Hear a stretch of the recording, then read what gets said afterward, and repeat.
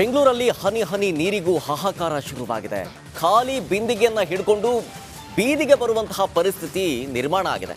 ಆದರೆ ಸಿಟಿ ಜನರ ನೀರಿನ ಸಮಸ್ಯೆ ಹೇಗೆ ಬಗೆಹರಿಸಬಹುದು ಅಂತ ಹೇಳಿ ಮೆಗಾಸ್ಟಾರ್ ಚಿರಂಜೀವಿ ಸಲಹೆಯನ್ನ ಕೊಟ್ಟಿದ್ದಾರೆ. ಆ ಕುರಿತ ಒಂದು ವರದಿ ಇಲ್ಲಿದೆ.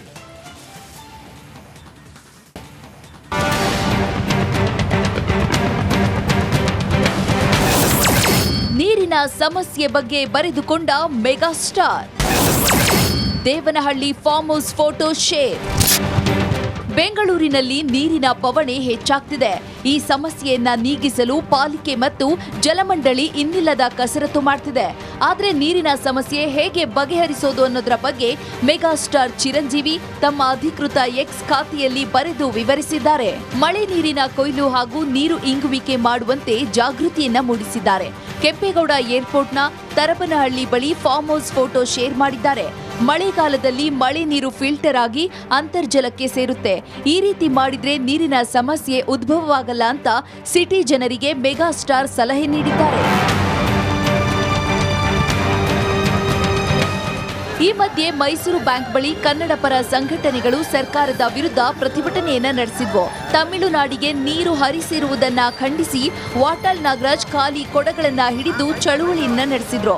ಸರ್ಕಾರ ಕಾವೇರಿ ನೀರು ತಮಿಳುನಾಡಿಗೆ ಹರಿಸಿದೆ. ಬೆಂಗಳೂರು ನಗರದಲ್ಲಿ ಕುಡಿಯಲು ನೀರಿಲ್ಲ. ನಾವು ಮುಂದೆ ಕರ್ನಾಟಕ ಬಂದ್ ಮಾಡ್ತೀವಿ ಅಂತ ಆಕ್ರೋಶವನ್ನ ಹೊರಹಾಕಿದ್ರು. ತಮಿಳುನಾಡಿಗೆ ಯಾಕೆ ನೀರು ಬಿಟ್ರಿ? ಏನೇ ಆಗೋಗ್ಲಿ ಸರ್ಕಾರ ಹೋಗಿದ್ರು ಚಿಂತೆ ಇಲ್ಲ. ನೀವು ನೀರು ಬಿಡಬಾರ್ದಾಗಿತ್ತು. ನೀರು ಬಿಟ್ಬಿಟ್ಟಿದ್ದೀರಿ. ಇವತ್ತು ನಮಗೆ ನೀರಿಲ್ಲ. ಸ್ಟಾಲಿನ್ ಸಂತೋಷವಾಗಿ ಬಹಳ ಗಂಭೀರವಾಗಿ ಅವರಿಗೇನು ತೊಂದರೆ ಆಗಿಲ್ಲ. ನಮಗೆ ಬಹಳ ತೊಂದರೆ ನೀರಿನ ಆಗಿದೆ.